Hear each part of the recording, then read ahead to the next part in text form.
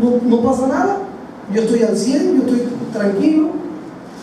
Eso crees tú, pero la Biblia no se equivoca. El que comete pecado, dice la Biblia, no sabe a dónde va, se desvía del camino del Señor y su entendimiento está entenebrecido o nublado.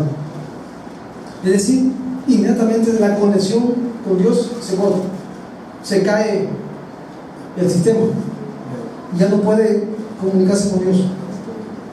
Por eso dije al principio que consideremos el pecado, que no tomemos a la ligera el pecado, porque repito, cualquier pecado, por muy insignificante que tú lo catalogues o lo minimizas, la respuesta, la paga es la misma. Es como si robas un peso y robas $1 millón. Tú dices, bueno, el que robó $1 millón es más culpable que el que robó un peso. Mentira, los dos son culpables, porque no se castiga la cantidad, sino el acto, la acción.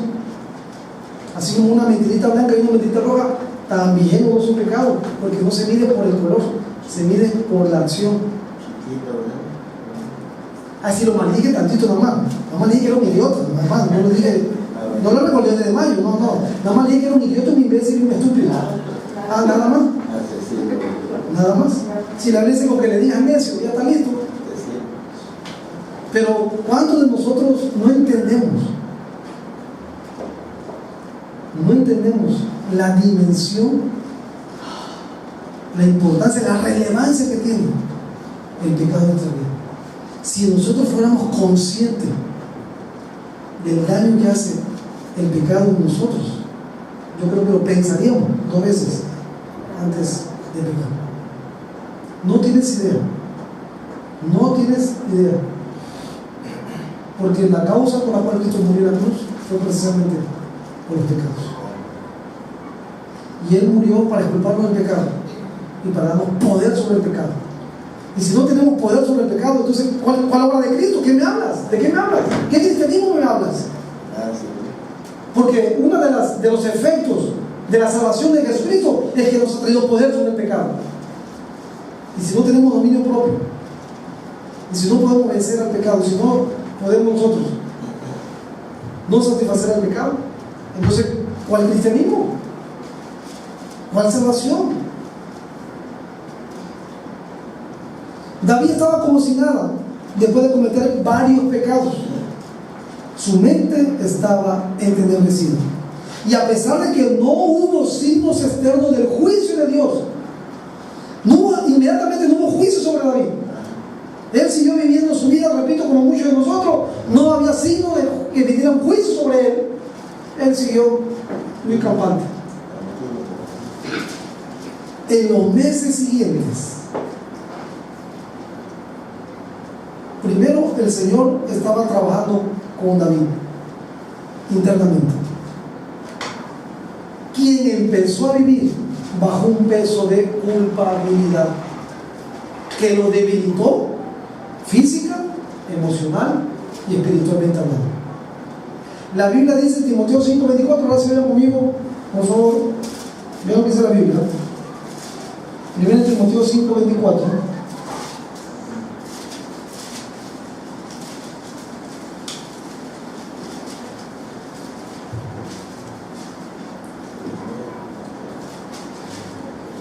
Primera Timoteo 5:24, dice la Biblia. ¿Lo tienen?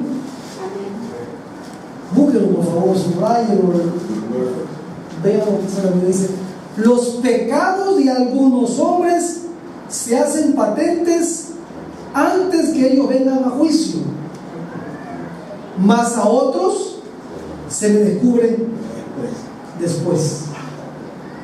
El hecho de que tú haya pecado en tu vida y no venga el juicio sobre tu vida, o cuando hablamos de juicio es enfermedad, calamidad, aflicción, tribulación, y se te va la paz, no estás tranquilo, estás intranquilo, eso es sinónimo de culpabilidad o de pecado en tu vida. Cuando no tienes paz, cuando no estás tranquilo, estás intranquilo, ¿Sí?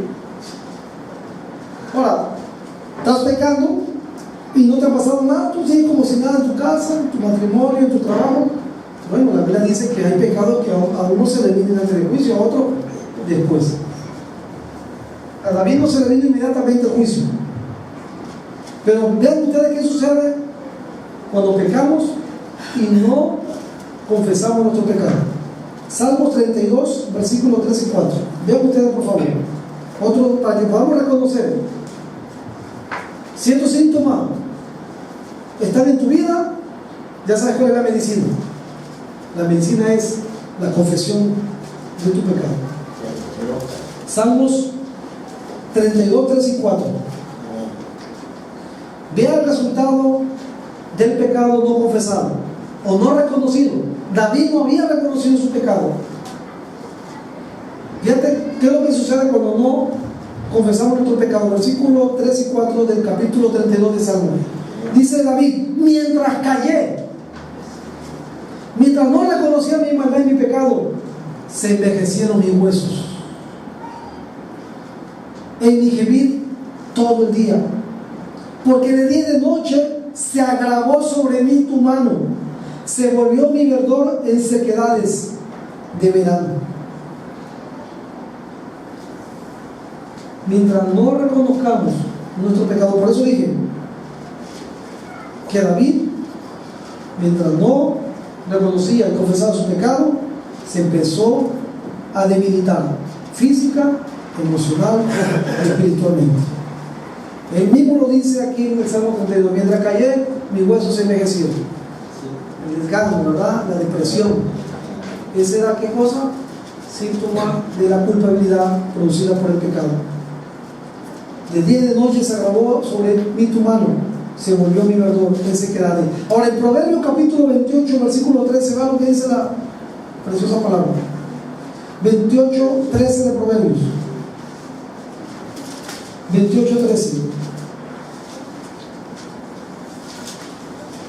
Dice la Biblia: el que encubre sus pecados, el que los guarda, el que los esconde, dice la Biblia, no prosperará. No prosperará. Mas el que lo confiesa y se aparta de su pecado, alcanzará misericordia. Algo que evita que nosotros prosperemos, que sigamos adelante. La palabra prosperidad significa avanzar, seguir adelante. Cuando hay pecado en nuestra vida, eso nos paraliza. No prosperamos, no avanzamos, no seguimos adelante. Mientras, repito, como decía David, su verdor se convirtió en sequedades y su hueso se envejeció. Dios nos habla para hacernos ver nuestro pecado. En el caso del rey David, Dios usó un profeta, a Natán. En el caso de nosotros, ¿a quién usa Dios? En el caso de nosotros, ¿a quién usa Dios? Al Espíritu Santo. Cuando tú cometes pecado, inmediatamente dice la Biblia que el Espíritu Santo nos redarguye de pecado, de justicia y de juicio. Cuando tú y yo cometemos pecado, hay algo dentro de nosotros que nos hace estar intranquilos. Y aún con todo eso, con que se te fue la paz, estás intranquilo, no prospera, no avanza, va de mal en mal, pero Dios, bueno, vean lo que dice la Biblia. Vayan conmigo, 1 Corintios 11, 27 al 32. 1 Corintios 11, 27 al 32.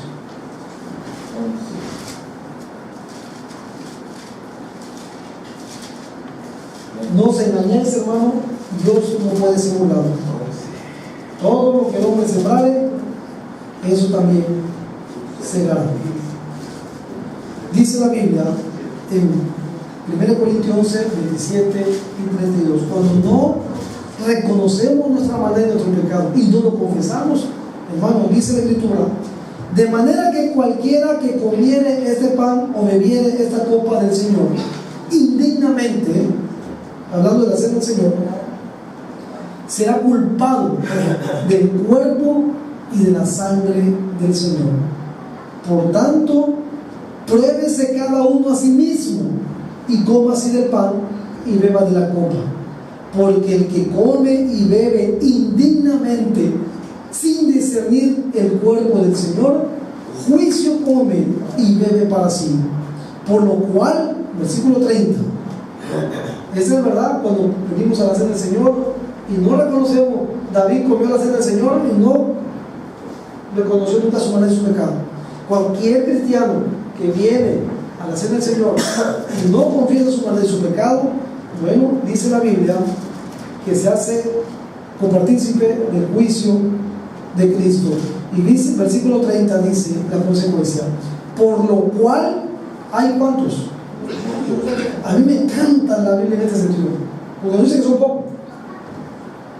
Por lo cual hay muchos, en primer lugar, que están, ¿qué cosa? Enfermos. Mucha de la enfermedad que hay en el pueblo de Dios no tiene que ver con lo que está comiendo. Que aunque sabemos, ¿verdad? Por eso dice 1 Corintios 6 que todo me es lícito, pero no todo me conviene. Todo me es lícito, pero no me dejaré apresar o dominar de ninguna cosa. Sin embargo, cuando hay enfermedad en el pueblo de Dios, una de las causas puede ser, como dice la Escritura, pecado sobre. Por lo cual dice el apóstol Pablo, hay muchos enfermos, en primer lugar. En segundo lugar, hay muchos debilitados entre vosotros, espiritualmente hablando. Y no checo, y no entiendo, ¿y qué dice aquí? ¿Y qué dice allá? ¿Por qué? Porque hay pecado, dijimos que el pecado nubla el entendimiento. No te deja entender y comprender la Biblia. Y luego dice, y muchos duermen. Y no está hablando del sueño de las 8 horas de la noche, está hablando de ay, se murió, supiste que y estaba joven el hermano. Porque a mí la Biblia me enseña otra cosa. Dios quiere que seamos de qué? De larga vida. Por eso Efesios capítulo 6 dice, honra a tu padre y a tu madre para que te vaya bien en la vida y seas de larga vida. Proverbios, usted te va a Proverbios, dice, la remuneración de los justos es su mano izquierda de riqueza, mano derecha de riqueza, y su mano contraria es largura de día y honra. Dios quiere que seamos, y la prueba está que todos los hombres de Dios vivieron, Jacob, todos los hombres de Dios vivieron en buena edad. A excepción de los apóstoles, me puede decir, bueno, los apóstoles, no porque ellos son los padres de la fe, ellos son los que iban por delante en este camino, pero la voluntad de Dios, donde yo lo puedo ver claramente, es que seamos de larga vida. Entonces, ¿por qué se va antes? Porque lo va seguro. Y aquí no entra categoría, puede ser apóstoles, puede ser profeta, puede ser pastores, puede ser soldado raso, lo que sea. Para Dios no hay distinción. Si tú tienes pecado en tu vida, repito, en este tiempo para la iglesia, por eso estás enfermo, por eso estás débil de la fe, por eso dice la Biblia, muchos duermen, hablando de dejar de existir en este mundo.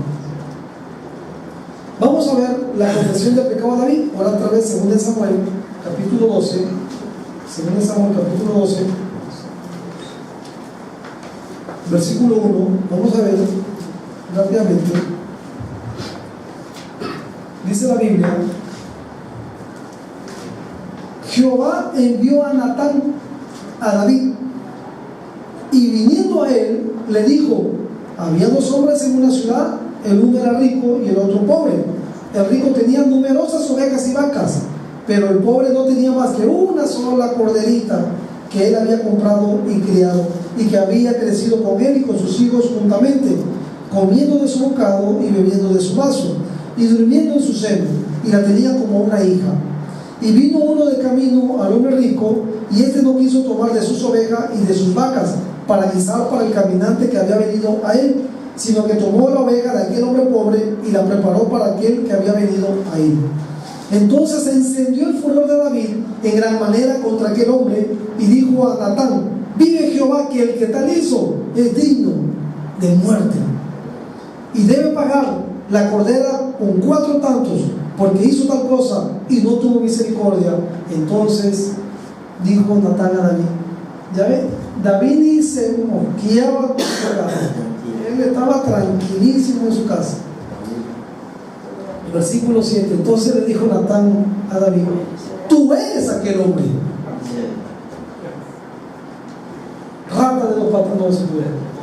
Tú eres aquel hombre, así ha dicho Jehová, Dios de Israel. Fíjate la consecuencia: yo te ungí por rey de Israel, sobre Israel, y te libré de la mano de Saúl, y te di la casa de tu señor y las mujeres de tu señor en tu seno. Además te di la casa de Israel y de Judá. Y si esto fuera poco, te habría añadido mucho más. ¿Por qué pues tuviste en poco la palabra de Jehová, haciendo lo malo delante de sus ojos? A Urías Heteo le heriste esa espada y tomaste por mujer a su mujer, y a él lo mataste con la espada de los hijos de Amón. Por lo cual ahora no se apartará jamás de tu casa la espada, por cuanto me menospreciaste y tomaste la mujer de Urías Heteo para que fuese tu mujer. Así ha dicho Jehová el Señor: he aquí yo haré levantar el mal sobre ti de tu misma casa, y tomaré tu mujer de delante de tus ojos y la daré a tu prójimo, el cual yacerá con tu mujer a la vista del sol.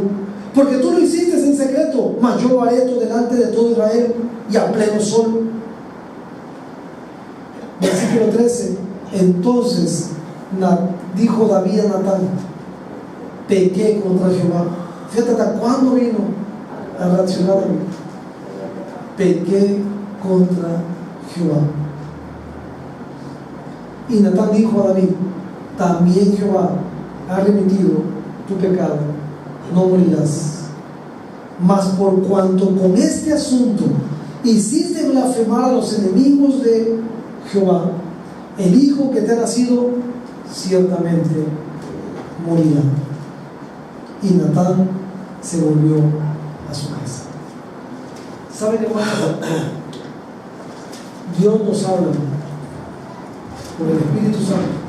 Dios nos habla a través de un mensaje, a través de un hermano, a través del pastor, a través de la Biblia, porque es el Espíritu Santo, para hacernos ver nuestro pecado. Pero si seguimos de necio y de recio y no resistimos, como decía, tú resistes al Espíritu Santo siempre. Y si resistimos al Espíritu Santo y no dejamos que la palabra entre, y no reconocemos y nos endurecemos, ojo, porque eso puede de pronto cauterizar nuestra conciencia y nuestro corazón, a tal grado que ya luego Dios ya no te hable si sigues persistiendo en ese pecado. Si sigues persistiendo en ese pecado, Dios traerá juicio sobre tu vida. Y el problema es que no es nomás tú, sino de paso te llevas a tu familia, a tu esposa, a tus hijos y todo lo que es tuyo. Salmo 51, versículo 1. Salmo 51, versículo 1.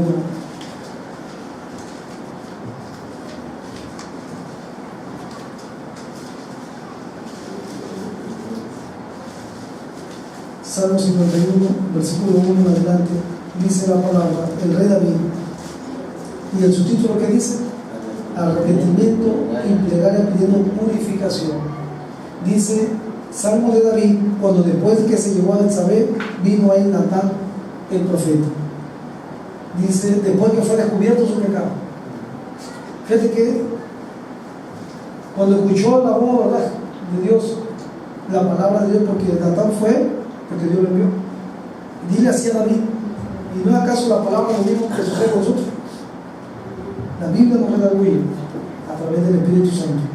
Dice el rey David: ten piedad de mí, oh Dios, conforme a tu misericordia. ¿Saben por qué dicen que David, qué decía la ley? La ley decía que todo adúltero, ¿qué pasara? Muriera apedreado. Eso no decía la ley. Pero ¿por qué David no fue apedreado? Porque David apeló algo mejor que la ley, la misericordia de Dios. Por eso dice aquí: ten piedad de mí, oh Dios, conforme a tu misericordia, conforme a la multitud de tus piedades, borra mis rebeliones. Lávame más y más de mi maldad y límpiame de mi pecado. Porque ahí está, hermano, porque yo reconozco mis rebeliones y mi pecado está siempre delante de mí. Y escúcheme en esto, hermano: cuando pecamos, al primero que ofendemos es a Dios. Dice el versículo 4: contra ti solo he pecado y he hecho lo malo delante de tus ojos, para que sea reconocido justo en tu palabra y tenido por puro en tu juicio. He aquí en maldad he sido formado, y en pecado me concibió mi madre. He aquí tú amas la verdad en lo íntimo, y en lo secreto me has hecho comprender sabiduría. Purifícame con hisopo y seré limpio. Lávame y seré más blanco que la nieve. Hazme oír gozo y alegría, y se recrearán los huesos que has abatido. Esconde tu rostro de mi pecado y borra todas mis maldades. Crea en mí, oh Dios, un corazón limpio, y renueva un espíritu recto dentro de mí. ¿Saben, hermano? Quiero hacer un paréntesis aquí. A David se le conoce como un hombre conforme al corazón de Dios, pero a David también se le conoce por otra cosa. ¿Por otra cosa?